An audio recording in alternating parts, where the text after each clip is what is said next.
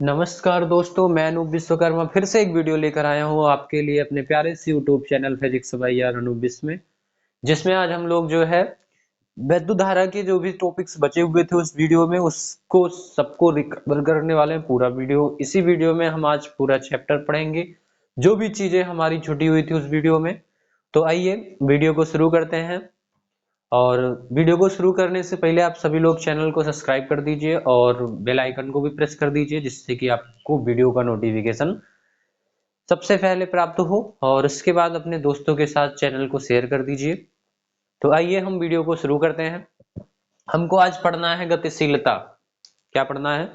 गतिशीलता पढ़ना है। तो गतिशीलता होता क्या है, ध्यान से समझिए। क्या पढ़ना है आपको? गतिशीलता, मोबिलिटी पढ़ना है। गतिशीलता। तो देखिए गतिशीलता होता क्या है। अब ध्यान देखो, किसी चालक में ना जब आवेश प्रवाहित किया जाता है तब धारा प्रवाहित होती है। तो किसी चालक में धारा प्रवाहित करने के लिए चालक के दोनों सिरों के बीच विभवांतर लगाया जाता है। ठीक है, विद्युत क्षेत्र उत्पन्न किया जाता है दोनों सिरों के बीच। जैसे ये एक तार है आपके सामने, ये क्या है? एक तार है। अब आपको इस तार में विद्युत धारा प्रवाहित करना है, तो आप क्या करोगे? इस तार के इस सिरे और दूसरे सिरे के बीच एक सेल या कोई वैद्युत का स्रोत लगाएंगे। ठीक है, क्या लगाएंगे? कोई वैद्युत का स्रोत लगाएंगे। तो सेल का ये टर्मिनल पॉजिटिव और ये निगेटिव होता है, तो इधर प्लस चार्ज रहेगा, इधर क्या रहेगा? माइनस चार्ज रहेगा। तो इस प्लस चार्ज और माइनस चार्ज के बीच में क्या हो जाता है ना, वैद्युत क्षेत्र उत्पन्न हो जाता है। उसकी डायरेक्शन प्लस से माइनस की ओर होती है इलेक्ट्रिक फील्ड की। ठीक है, और उस इलेक्ट्रिक फील्ड की वजह से इस चालक में ये जो इलेक्ट्रॉन्स होते हैं ये एक निश्चित दिशा में एक निश्चित वेग से या सूक्ष्म नियत वेग से गति करने लगते हैं, जिसको हम कहते हैं अपवाह या अनुगमन वेग। और लिखते किससे है? वीडी से लिखते हैं। ठीक है, तो जब किसी चालक के सिरों के बीच हम क्या लगाते हैं? विद्युत क्षेत्र लगाते हैं।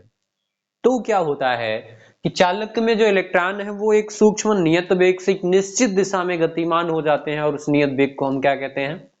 अनुगमन वेग कहते हैं। ठीक है, और ये अनुगमन वेग आया कहां से? तो ये विद्युत क्षेत्र लगाने की वजह से आया। अनुगमन वेग कहां से आया? तो चालक में विद्युत क्षेत्र लगाने की वजह से ये अनुगमन वेग आया। ठीक है, तो फिर गतिशीलता क्या है भाई? अब अनुगमन वेग विद्युत क्षेत्र लगाने से आया, तो फिर गतिशीलता क्या है? तो गतिशीलता जानते हो किसे कहते हैं? गतिशीलता जो है वो चालक के सिरों के बीच ये जो वैद्युत क्षेत्र लगाने से ये जो अनुगमन वेग प्राप्त किया उस चालक के इलेक्ट्रॉनों ने, इसी अनुगमन वेग और इस वैद्युत क्षेत्र की तीव्रता के अनुपात को ही गतिशीलता कहते हैं। ठीक है, तो गतिशीलता को म्यू से लिखते हैं, और म्यू इज इक्वल टू हो जाएगा आपका ई अपान सॉरी वीडी अपान ई। गतिशीलता म्यू इज इक्वल टू क्या हो जाएगा आपका? वीडी वीडी अपान ई। ठीक है, अब इसको डिफाइंड कैसे करेंगे? ध्यान से देखिए कैसे डिफाइंड करेंगे। वीडी क्या है? अनुगमन वेग है। वीडी क्या है? इलेक्ट्रॉनों का अनुगमन वेग है। और ई क्या है? चालक के सिरों के बीच लगाया गया वैद्युत क्षेत्र। ठीक है, तो इसको डिफाइंड कैसे करेंगे? तो डिफाइंड इस प्रकार से करेंगे, वीडी है अनुगमन वेग। तो किसी चालक के इलेक्ट्रॉनों का इलेक्ट्रॉनों का अनुगमन वेग। ठीक है, तथा अनुगमन वेग तथा चालक के सिरों के बीच लगाया गया विद्युत क्षेत्र तथा तथा चालक के सिरों के बीच लगाया या लगाए गए विद्युत क्षेत्र वैद्युत क्षेत्र लगाए गए वैद्युत क्षेत्र के अनुपात को गतिशीलता कहते हैं। गतिशीलता कहते हैं। ठीक है, और इसकी एक डिफिनीशन और होती है। इसको हम एक तरीके से और डिफाइन कर सकते हैं। कैसे? यदि हम ई को एक मान लें, यदि ई बराबर क्या मान लें? 1 मान लें, तो हमको म्यू इज इक्वल टू क्या मिलेगा? वीडी मिलेगा। ठीक है, यदि E is equal to 1 newton प्रति कूलाम। ठीक है, तो E के स्थान पे 1 रखोगे तो बटे में 1 लिखा नहीं जाता, म्यू बराबर VD मिलेगा। ठीक है, तब इसको कैसे डिफाइंड करेंगे? तो किसी चालक के सिरों के बीच एकांक वैद्युत क्षेत्र लगाने से चालक के इलेक्ट्रॉनों के अनुगमन वेग को ही गतिशीलता कहते हैं। तो दूसरी डिफिनेशन इसकी क्या हो जाएगी? किसी किसी चालक के सिरों के बीच चालक के सिरों के बीच एकांक वैद्युत क्षेत्र लगाने पर चालक के इलेक्ट्रॉनों के अनुगमन वेग को गतिशीलता कहते हैं। और इसको किससे लिखते हैं? तो इसे म्यू से प्रदर्शित करते हैं,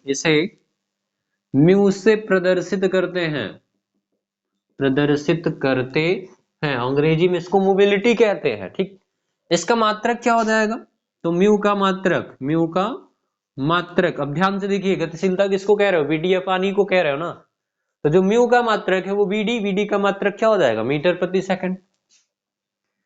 प्रति सेकंड बटे में ई का मात्रक न्यूटन प्रति कूलाम का ऊपर मल्टीप्लाई न्यूटन सेकंड का इधर गुणा, तो मिल जाएगा आपको मीटर कूलाम प्रति न्यूटन सेकंड। बीमा क्या हो जाएगी इसकी? तो इसकी जो बीमा हो जाएगी, मीटर की बीमा क्या होती है? L, कूलाम की बीमा 80, ठीक है, L 80 हो गया बटे न्यूटन बल है, बल की बीमा MLT-2 इंटू S सेकंड है, तो इसकी बीमा क्या हो जाएगी? T हो जाएगी। ठीक है, सबको सॉल्व करके बीमा लिख लो। यम की घात 1 है, ऊपर जाएगी तो -1 हो जाएगा। ठीक है, L की घात 1 है, ऊपर जाएगी तो अच्छा, एक ऊपर L है, नीचे भी एक L है, कैंसिल हो गया। T की घात -2 + 1 कितना हो गया? चलो +1 से +1 कैंसिल हो गया, -2 ऊपर जाएगा तो +2 हो जाएगा। ठीक है, -2 ऊपर जाएगा तो +2, और ऊपर आपका A पहले से ऑलरेडी है, तो गतिशीलता की बीमा जो है वो हो जाएगी आपका M-1T2A। तो इसका स्क्रीनशॉट ले लीजिए, फिर हम आगे चलते हैं।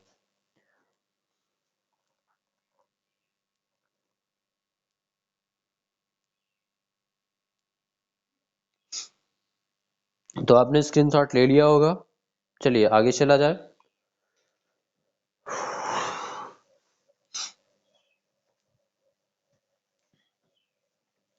नेक्स्ट टॉपिक है अपना किसी चालक का प्रतिरोध।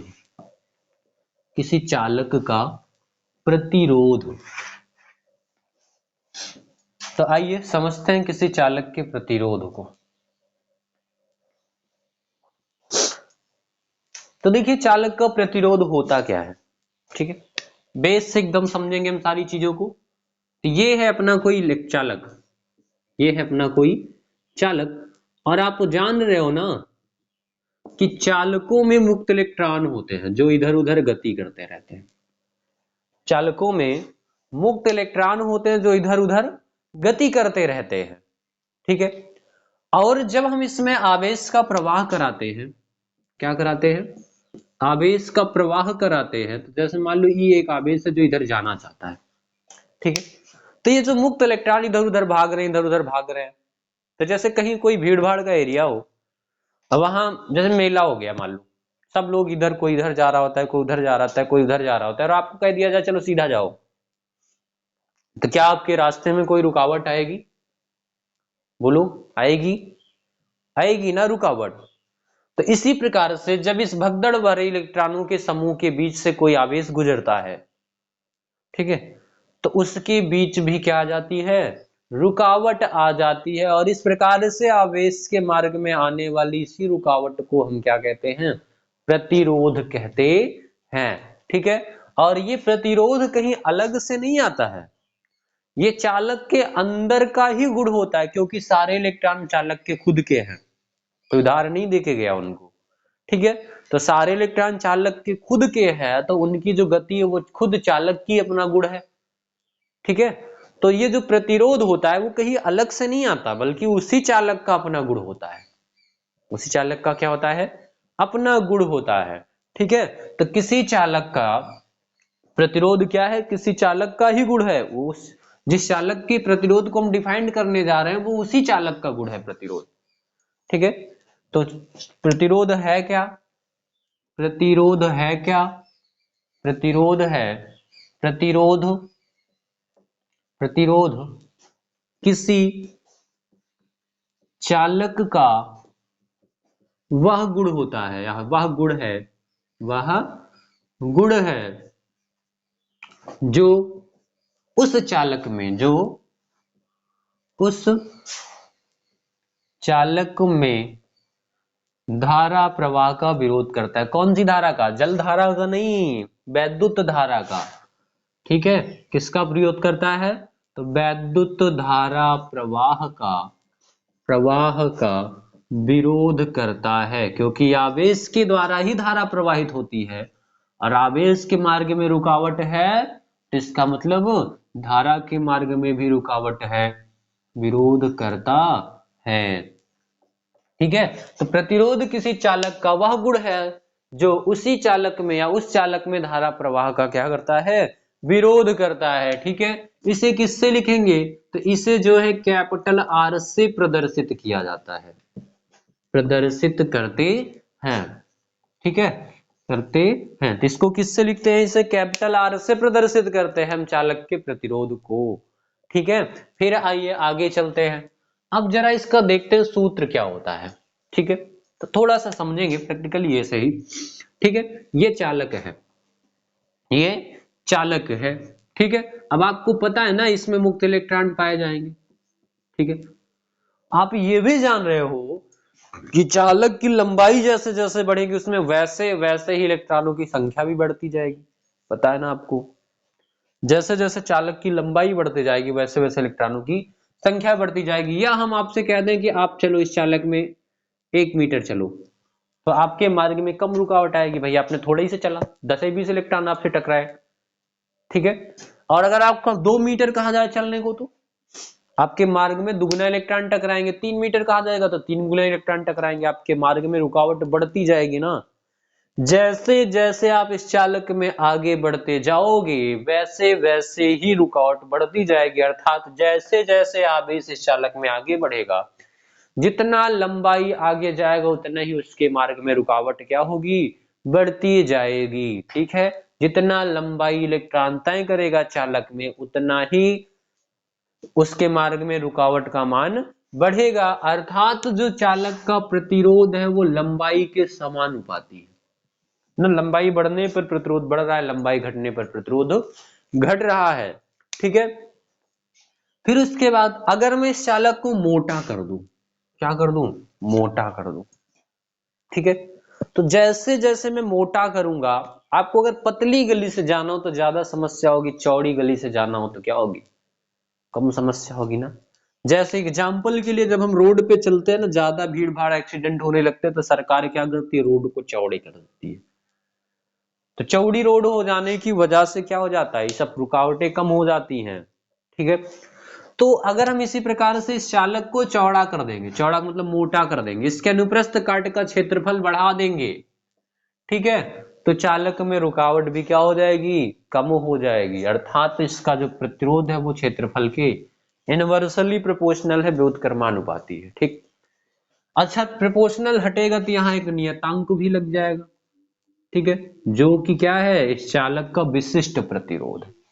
ठीक है, तो चालक के प्रतिरोध का फार्मूला हो गया R = रो एल अपान ए, और इसका जो मात्रक होता है वो होता है ओम, जिसको हम ग्रीक भाषा के ओमेगा से प्रदर्शित करते हैं।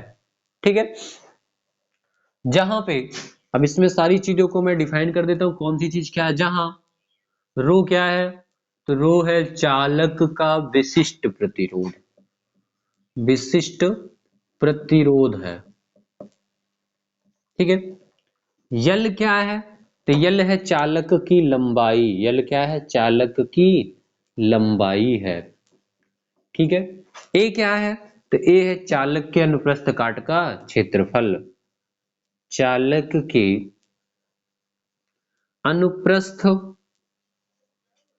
काट का क्षेत्रफल। ठीक है। तो ये चीजें हो गई। ठीक, तो ये हो गया चालक का प्रतिरोध, और उसका ये हो गया आपका क्या? मात्रक ओम होता है। ठीक है। तो इसका भी स्क्रीनशॉट ले लीजिए, फिर आगे चला जाए। हाँ, तो ले लीजिए स्क्रीनशॉट इसका, फिर हम आगे चलते हैं।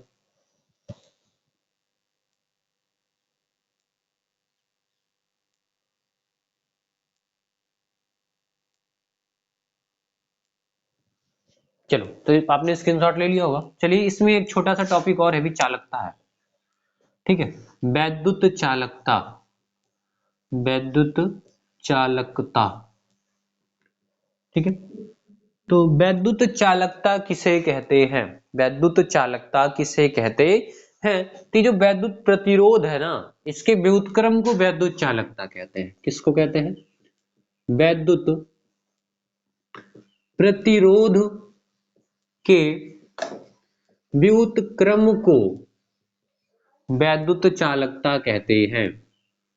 वैद्युत चालकता कहते हैं। ठीक है।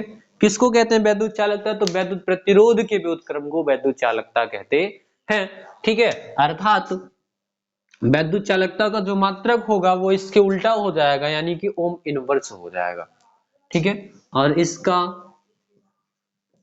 मात्रक ओम इनवर्स होता है। इसका मात्रक क्या होता है? ओम इनवर्स होता है। ठीक है। तो ये हो गया आपका वैद्युत चालकता। नेक्स्ट टॉपिक है हमारा ओम का नियम, जो कि हमको पढ़ना है अब आगे चल के। तो चलिए, इसको मैं रेज करता हूं। और ये जो ओम का नियम मैं पढ़ाने चल रहा हूं, ये मोस्ट इंपॉर्टेंट टॉपिक है। ठीक है। हर जगह पूछा जाता है, और इसी के साथ मैं आपको पढ़ाऊंगा अनुगमन वेग के आधार पर ओम के नियम की व्युत्पत्ति। तो बहुत आता है एग्जाम में। ठीक है। बहुत ही most most most very most important topic है ये। ठीक है। तो आइए अब हम लोग पढ़ने वाले हैं ओम का नियम। ओम का नियम। ठीक है। तो ये ओम का नियम है क्या? आइए समझते हैं। तो ओम ने कहा कि कोई तार है। ओम ने क्या कहा? कि कोई तार है, चालक है, अगर उसके सिरों के बीच हम क्या लगाएं? विभवांतर लगाएं, तो उसमें धारा बहने लगेगा। ठीक है। और अगर और अगर चालक के सिरों के बीच, सॉरी, चालक की भौतिक अवस्था में कोई परिवर्तन ना हो, चालक की भौतिक अवस्था में कोई परिवर्तन ना हो, तो भौतिक अवस्था है क्या आखिर में? तो भौतिक अवस्था है ताप, दाब, आर्द्रता। ठीक है। आयतन। इन चीजों में अगर कोई परिवर्तन ना हो, तो चालक के सिरों के बीच जो विभवांतर लगाया गया है, वो चालक में से होकर प्रवाहित होने वाली धारा के समानुपाती होता है। ये बात किसने बताई? ओम ने बताई। तो ओम का नियम क्या है? यदि किसी यदि किसी चालक के, ओम का नियम क्या है? यदि किसी चालक की भौतिक अवस्था भौतिक अवस्था अपरिवर्तित रहे, तो चालक के सिरों के बीच विभवांतर रहे, तो चालक के सिरों के बीच विभवांतर चालक में बहने वाली धारा के सिरों के बीच विभवांतर चालक में बहने वाली धारा के समानुपाती होता है, समानुपाती होता है। ठीक है, यदि किसी चालक की भौतिक अवस्था अपरिवर्तित रहे तो चालक के सिरों के बीच विभवांतर चालक में बहने वाली धारा के समानुपाती होता है। अर्थात ये चालक है आपका, ये क्या है, चालक है। ठीक है, और इसके सिरों के बीच V वोल्ट का विभवांतर लगा दें और इसमें बहने वाली धारा कितना हो, I हो, और इस चालक की भौतिक अवस्था ना बदल रही हो, इसके सिरों के बीच लगाया गया विभवांतर V जो है ये चालक में बहने वाली धारा के समानुपाती हो जाएगा। प्रोपोर्शनल हटेगा तो क्या लगेगा, नियतांक। प्रोपोर्शनल हटेगा तो क्या लगेगा, नियतांक लगेगा। तो B बराबर नियतांक क्या लगेगा, देखो भौतिक अवस्था नहीं बदल रही है। अभी अभी एक सूत्र बताया था ना, ρ/L/A, लंबाई नहीं बदले, एरिया नहीं बदले, रो नहीं बदले, तो नियत क्या रहेगा, प्रतिरोध नियत रहेगा। ठीक है, तो यहाँ पे नियतांक के रूप में कौन रखा जाएगा, प्रतिरोध रखा जाएगा। ठीक, तो B बराबर हो जाएगा RI, या इसको आप लिख सकते हो B बराबर IR। ठीक है, जहां R क्या है, चालक का प्रतिरोध है। R क्या है, चालक का प्रतिरोध है। ठीक है, अच्छा इसका सूत्र क्या बनेगा, R = I गुणे में इधर आएगा भाग में V/I। कुछ लोग प्रतिरोध को यहां से भी डिफाइंड करते हैं, कैसे, कहते हैं किसी चालक के सिरों के बीच लगाया गया विभवांतर तथा चालक में बहने वाली धारा के अनुपात को चालक का प्रतिरोध कहते हैं। कैसे डिफाइन करते हैं, किसी चालक के सिरों के बीच लगाया गया विभवांतर तथा चालक में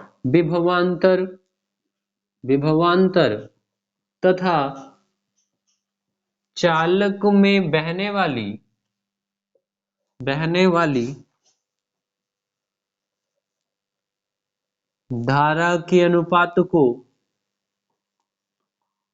चालक का प्रतिरोध कहते हैं, चालक का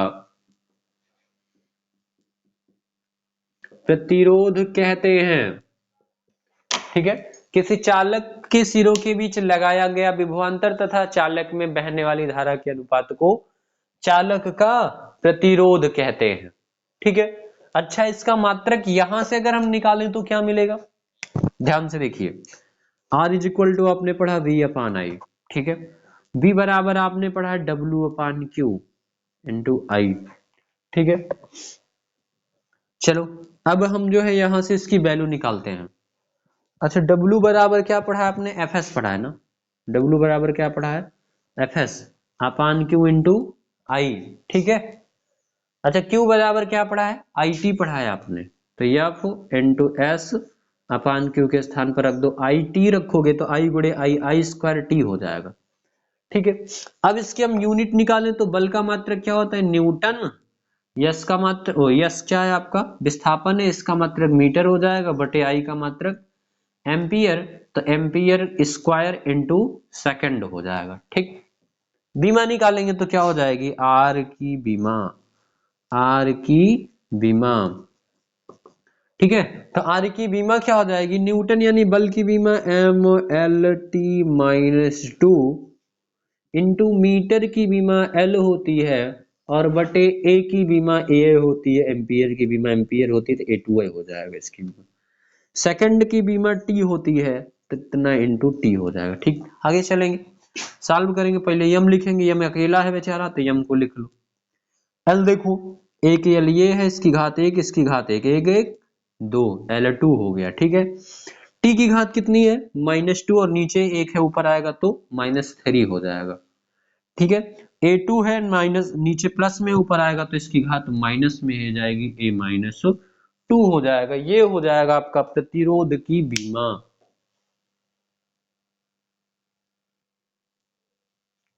अच्छा अभी अभी मैंने आपको बताया था वैद्युत चालकता, तो वैद्युत चालकता की बीमा क्या हो जाएगी, वैद्युत चालकता की बीमा,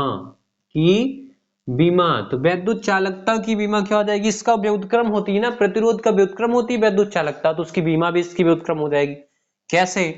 तो यम की घात 1 है तो -1 हो जाएगा, यल की घात 2 है तो -2 हो जाएगा, यल की घात और टी की घात -3 है तो +3 हो जाएगा, ए की घात -2 है तो प्लस का 2 हो जाएगा। ठीक है, ये हो जाएगी वैद्युत चालकता की बीमा। ठीक है, तो ले लीजिए स्क्रीनशॉट, फिर हम चलते हैं उनके नियम के व्युत्पत्ति की ओर।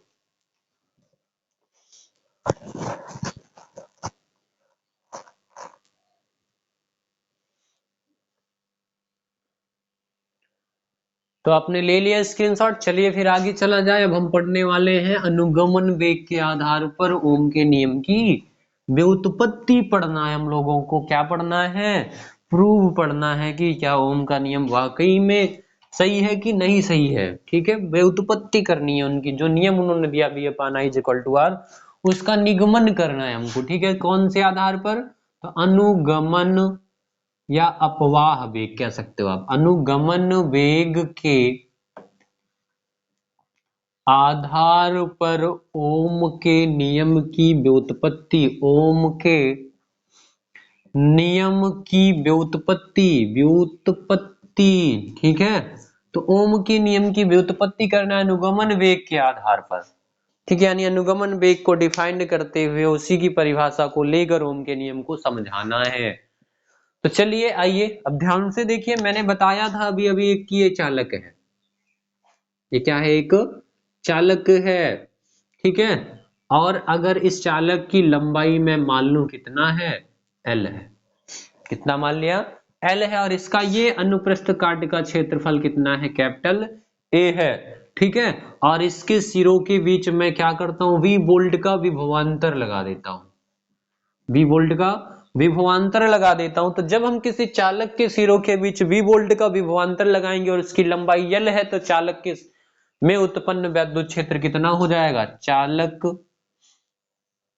के सिरों के बीच, चालक के, ऐसे नहीं, L लंबाई के चालक के। ठीक है, पूरा चलो आराम से चलते हैं।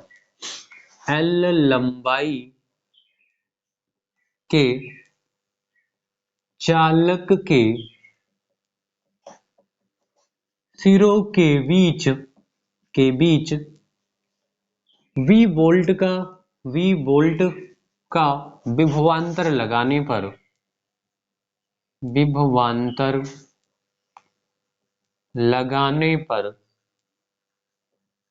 चालक में उत्पन्न विद्युत क्षेत्र, विद्युत क्षेत्र। ठीक है, तो चालक में उत्पन्न वैद्युत क्षेत्र कितना हो जाएगा? E इज इक्वल टू हो जाएगा V upon L। Is equal to क्या हो जाएगा? V अपान L हो जाएगा। ठीक है, अच्छा, अगर चालक में वैद्युत क्षेत्र उत्पन्न हो गया तो वैद्युत क्षेत्र में अगर कोई आवेश है तो उस पर क्या लगता है? बल लगता है। पहले चैप्टर में आपने पढ़ा है। ठीक है, तो इन इलेक्ट्रॉनों पर भी वैद्युत क्षेत्र में क्या लगेगा? बल लगेगा। ठीक है, तो चलिए, वैद्युत क्षेत्र में बल लगेगा तो कितना बल लगेगा? इस वैद्युत क्षेत्र के कारण, इस वैद्युत क्षेत्र के कारण चालक के इलेक्ट्रॉनों पर लगने वाला बल, ठीक है, तो कितना बल लगेगा? तो विद्युत क्षेत्र में इलेक्ट्रॉन पर कितना बल लगता है? आपने पढ़ा था ना, F बराबर EQ, आवेश पर बल लगता है। अब Q के स्थान पर आवेश E है, तो F बराबर कितना बल लगेगा? E लगेगा, लगेगा ना। तो F बराबर E, ठीक है, जहां E बराबर हमने पढ़ा V अपान L, तो F बराबर E V अपान L हो जाएगा। ठीक है, अच्छा, जब बल लगेगा तो इलेक्ट्रॉन त्वरित गति करेगा, क्योंकि जब किसी पे बल लगता है ना तो उसका वेग परिवर्तित हो जाता है। ठीक है, अतः इलेक्ट्रॉन में, इस बल के कारण इलेक्ट्रॉन में कितना त्वरण उत्पन्न होगा? तो इस बल के कारण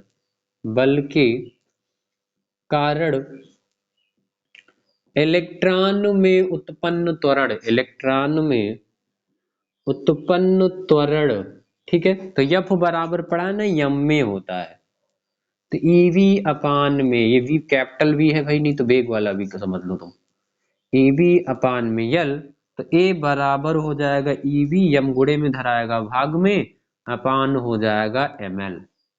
ठीक है। अच्छा, जब त्वरित गति हो रही है तो त्वरित गति में जो वेग का समीकरण होता है वो हमने पढ़ के रखा है, न्यूटन के गति विषयक नियमों के आधार पर हमने तीन तीन समीकरण को निकाला है, न्यूटन ने बताया था वेग के तीन समीकरण। ठीक है। पहला समीकरण v बराबर u प्लस ए टी, दूसरा s बराबर U T plus half A T square, तीसरा v स्क्वायर बराबर यू स्क्वायर प्लस 2as। ठीक है। तो गति के प्रथम समीकरण से हम इलेक्ट्रॉन का वेग निकालेंगे। गति के प्रथम समीकरण से, ठीक है, तो चूंकि इलेक्ट्रॉन त्वरित गति कर रहा है इसलिए गति के समीकरण से इसका वेग निकालेंगे। तो गति के प्रथम समीकरण से इलेक्ट्रॉन का जो है वेग कितना हो जाएगा, इलेक्ट्रॉन का औसत वेग, औसत वेग। अब औसत वेग क्यों निकालेंगे, क्योंकि ढेर सारे इलेक्ट्रॉन गति कर रहे हैं। ठीक है। तो Vd बार निकालेंगे, तो Vd bar is equal to, मान लो n इलेक्ट्रॉन है तो नों इलेक्ट्रॉनों के वेगों का योगफल हो जाएगा और बटे n कर देंगे। ठीक है। तो हो जाएगा आपका u1 sorry v1 plus v2 plus v3 dot dot vn बटे n हो जाएगा। ठीक है। और आपने पढ़ा क्या है, आपने पढ़ा है कि Vd bar is equal to v बराबर होता है u प्लस ए टी, तो u1 प्लस ए, टाइम यहाँ पे टाउ से लिखा जाएगा, दिख रहा है, हाँ दिख रहा है। टाइम को किससे लिखेंगे, टाउ से लिखते हैं यहाँ पे, तो ए टाउ1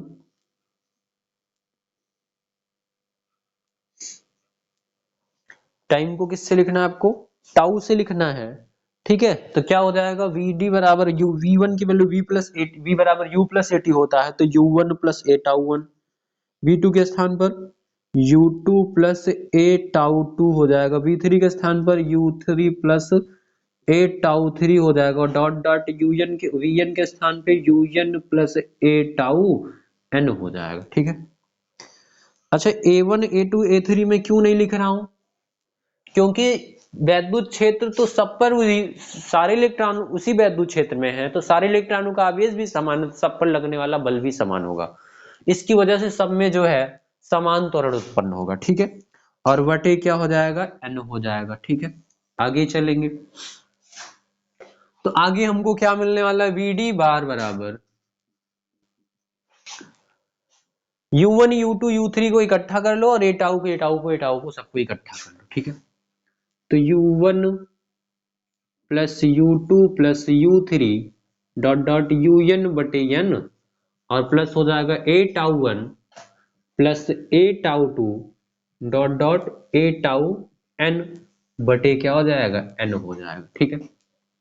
अच्छा, चूंकि प्रारंभिक वेग की वजह से कोई धारा नहीं प्रवाहित होती है ना, चूंकि इलेक्ट्रॉन के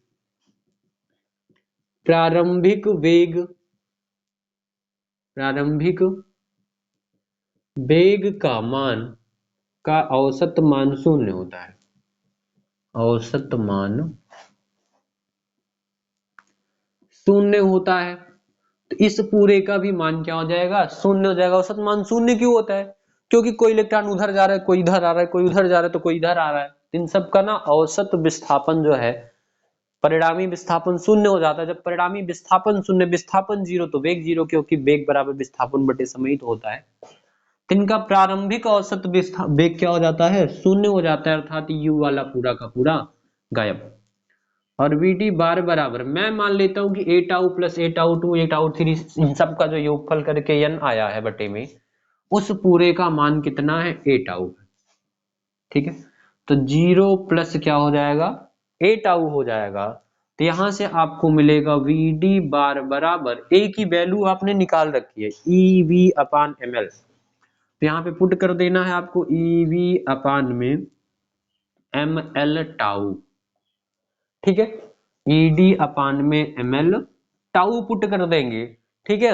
और फिर उसके बाद अब हम क्या करेंगे, ये मैंने tau tau tau tau tau सब टाउ, अच्छा कहाँ से उल्टा कर दिया, यहाँ से उल्टा कर दिया, टाउ को जे बना दिया, ठीक, वही तो मैं कह रहा हूँ, कह ली इधर को जा रहा है,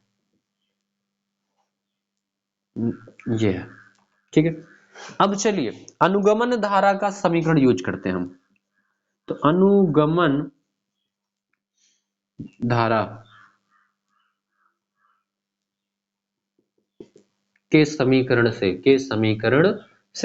तो आपने पढ़ा ना, I is equal to N E A V D bar, ठीक है। पुट करेंगे तो I इज इक्वल टू आपको मिलेगा यन कितना है भाई नहीं पता, यन तो इतने है, ई ए वी डी कितना है आपका, तो ई के कैपिटल भी है, ई वी अपान में एम एल इंटू टाउ, ठीक। इसको सॉल्व करेंगे तो हमको मिलेगा I is equal to E N E गुड़े ई स्क्वायर ए बी गुड़े में इधर आएगा भाग में, ठीक है। एन ई स्क्वायर ए हो गया, टाउ हो गया, ये टाउ का है गड़बड़ा जाता है बार बार, टाउ अपान एम एल, टाउ अपान एम एल मिल जाएगा, ठीक है। अच्छा इसको अगर हम पलट दें, इस चीज को पलट दें तो हमको मिलेगा v upon I is equal to M L upon N E square A tau, ठीक है। M L upon N E square A tau मिल जाएगा। अच्छा यम क्या है, इलेक्ट्रॉन का द्रव्यमान है, यल क्या है, चालक की लंबाई है, नियत रहेगा। यन क्या है, एकांक आयतन में उपस्थित इलेक्ट्रॉनों की संख्या, नियत है। ई क्या है, इलेक्ट्रॉन का बेस, ये भी नियत है। ए क्या है, अनुप्रस्थ परिच्छेद का क्षेत्रफल, चालक से धारावाही तार पतला नहीं होता कभी, ठीक है। टाउ श्रांति काल, सारी चीजें जब नियत हैं तो इस पूरे को नियतांक नहीं लिख सकते हम, ठीक है। अतः मैं लिख सकता हूं v upon I is equal to नियतांक, लो प्रूव हो गया, ओम का नियम आ गया, ठीक है। तो इसका स्क्रीनशॉट ले लो तुरंत, तो फिर मैं थोड़ा सा आगे एक स्टेप एक लाइन और लिखना मुझको इसमें लिख देता हूं, ठीक है। क्या लिखना है, अब देखो यहाँ पे भी बी अपान आई बराबर आर पढ़ते थे हम, ठीक है। तो आर के स्थान पे जो चीज है वो आर के बराबर ही होगा, ठीक है। तो यहां पे लिख देता हूं मैं, ठीक है। तो जो आर के स्थान पर है वो आर के ही बराबर होगा, अर्थात मैं लिख सकता हूं, अर्थात आर बराबर हो जाएगा आपका एम एल अपान में N E square A tau, ठीक है। अच्छा आपने अभी अभी जस्ट पढ़ा था, इसकी अगर मैं तुलना कर दूं, ठीक है, इसको मान लो समीकरण एक, ठीक। तो आपने पढ़ा था R is equal to rho L upon A, ठीक है। चालक का प्रतिरोध, चालक का प्रतिरोध कितना होता है, R is equal to rho L upon A होता है ना। इसको समीकरण दो मान ले, एक और दो की तुलना करें, तो समीकरण एक व दो से R बराबर R है, कोई बात नहीं छोड़ दो, ठीक है। और L इसमें भी ऊपर इसमें भी नीचे A, इसमें भी ऊपर इसमें भी नीचे A, तो यहां से रो इज इक्वल टू आपको क्या मिलेगा, M अपान एन ई स्क्वायर टाउ मिल जाएगा, ठीक है। तो रो बराबर ये भी हो जाता है जरूरत पड़ने पर, ठीक है। एम अपान एन ई स्क्वायर टाउ भी हो जाएगा, ठीक है। तो चलिए इसका स्क्रीनशॉट ले लीजिए, फिर हम लोग आगे बढ़ते हैं।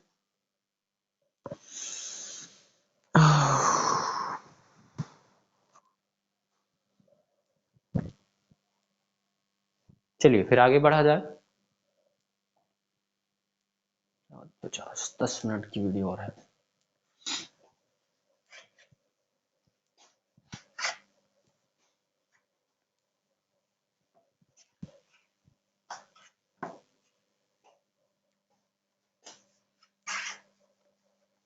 अब हम लोग पढ़ना है विशिष्ट प्रतिरोध,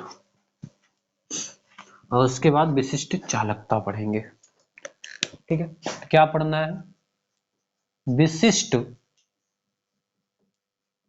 प्रतिरोध, ठीक है। तो विशिष्ट प्रतिरोध होता क्या है, आइए इसको समझते हैं। अभी अभी हम लोगों ने पढ़ा था ना चालक का प्रतिरोध, चालक का प्रतिरोध, उसमें मैंने सूत्र बताया था R is equal to rho L upon A होता है ना। ये रो ही तो बताया था कि विशिष्ट प्रतिरोध है। इसका सूत्र बनाएंगे तो rho is equal to R R ये ए भाग में इधर जाएगा गुणे में, आर ए अपान में क्या हो जाएगा, एल हो जाएगा। ठीक है, यदि मैं मान लूं, माना ए बराबर 1 मीटर स्क्वायर और एल बराबर 1 मीटर, ठीक है, तो इस समय रो इज इक्वल टू क्या मिलेगा, आर मिलेगा, क्योंकि सारी वैल्यू एल एक रखोगे, ए एक रखोगे तो सिर्फ रो बराबर क्या मिलेगा, आर मिलेगा आपको। तो इसको डिफाइन कैसे करेंगे, देखो ए क्या है, अनुप्रस्थ काट का क्षेत्रफल कितना है, 1 है। यल क्या है, लंबाई है, कितना है, 1 है। ठीक है, तो इसको हम ऐसे डिफाइन कर सकते हैं कि किसी इकाई अनुप्रस्थ काट के क्षेत्रफल वाले चालक की इकाई लंबाई के प्रतिरोध को विशिष्ट प्रतिरोध कहते हैं, क्योंकि क्षेत्रफल कितना कर दिया, इकाई। ऐसे लिखेंगे, किसी इकाई अनुप्रस्थ काट के क्षेत्रफल वाले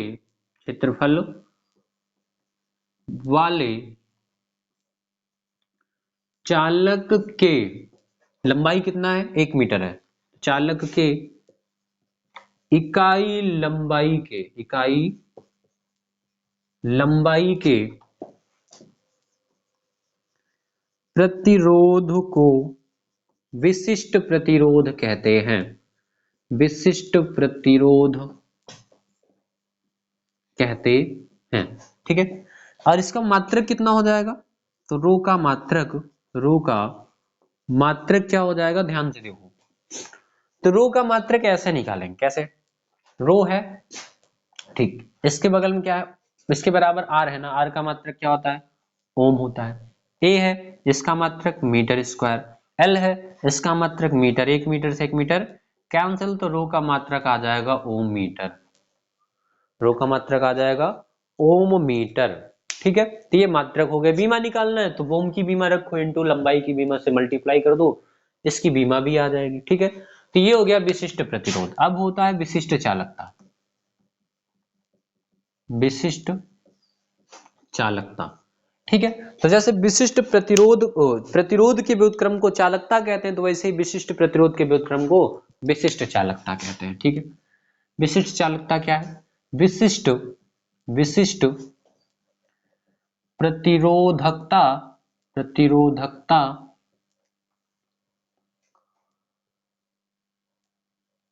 के व्युत्क्रम को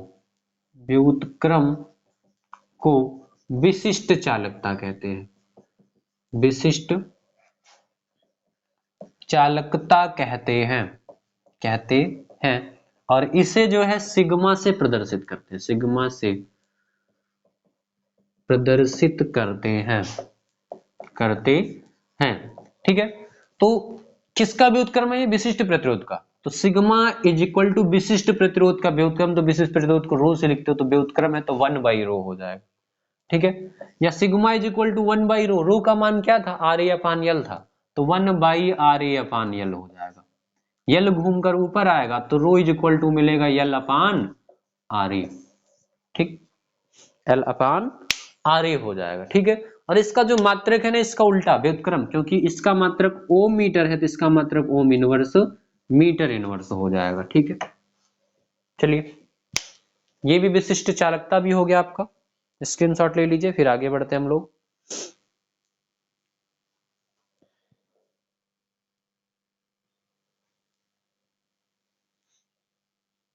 तो स्क्रीनशॉट ले लिया होगा आपने।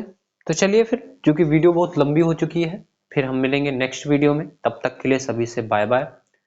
अच्छे से पढ़ाई करते रहिए और एग्जाम में अच्छे अच्छे नंबर लाइए। ठीक है, तो सभी को धन्यवाद। चैनल को सब्सक्राइब कर दीजिए, वीडियो पसंद आए तो लाइक कर दिया करिए। लाइक करने में आपका कोई नुकसान नहीं होने वाला है। ठीक है, थोड़ा सा इससे हमको भी क्या मिलता है, मेरा भी आत्मविश्वास बढ़ता है कि हाँ बच्चे मेरा सपोर्ट कर रहे हैं, तो फिर मैं चीज़ों को और अच्छे से प्रेजेंट करने का कोशिश करूंगा। ठीक है, तो चैनल को थोड़ा सब्सक्राइब कर दिया करिए। तो चलते हैं, फिर मिलेंगे नेक्स्ट वीडियो में, तब तक के लिए सभी से बाय बाय।